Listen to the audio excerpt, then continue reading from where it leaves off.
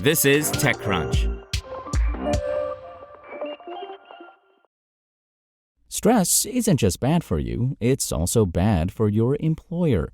Factoring in absenteeism, diminished productivity, turnover, medical costs, and accidents, the nonprofit American Institute of Stress estimates that workplace stress costs U.S. businesses over $300 billion annually.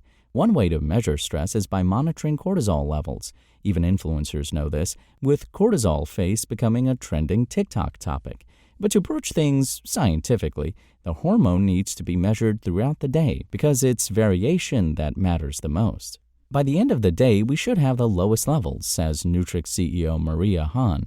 Her company's newly unveiled hardware, CortiSense, which measures cortisol in saliva, recently won the CES Innovation Award 2025 in the digital health category.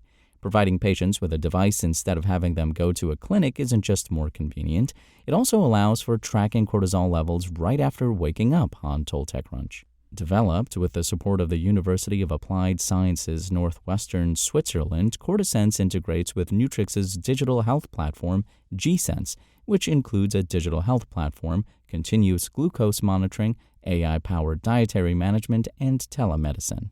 This also connects with Nutrix's initial focus, diabetes. While it pivoted its hardware roadmap toward CortiSense, the company's eye is still on chronic diseases. Cortisol is a hormone that controls many other hormones, so it plays an important role in mental health but also metabolic health, the Switzerland-based entrepreneur said. This vision helped Nutrix gain support from Swiss innovation agency InnoSuisse as well as private investment.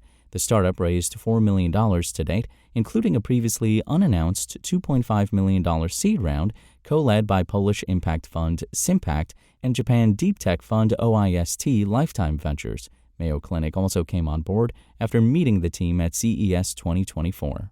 The startup is seeking to raise a large Series A round to fund its expansion, but its seed round has already kicked off the U.S. launch of CortiSense. With support from Mayo Clinic, it is planning to open offices in Silicon Valley. Nutrix isn't new to market expansion. Its G-Sense platform is integrated with the public insurance system in Chile, a country where it received support from public program Startup Chile. In 2024, the Swiss health tech startup also launched operations in Mexico and Peru. What's new for Nutrix, however, is the pushback over a model that targets corporations rather than consumers. While less common in the U.S. in countries such as Chile, Mexico, and Peru, health screenings are part of an employee's obligation to strive for employee wellness, with an understanding that private health data remains private. With the U.S. now at the top of Nutrix's CortiSense roadmap, Han will have to get used to clarifying the company will only get the aggregated data. And while a utilitarian pitch around the economic costs of job stress may seem distasteful to some, it may also serve as a reminder to employers that mental health is indeed health.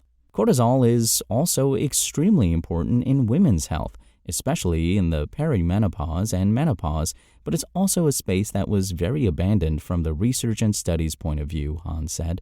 She now plans to use some of Nutrix's funding to conduct further investigations into these ties. For me as a woman, that's also very important, she said.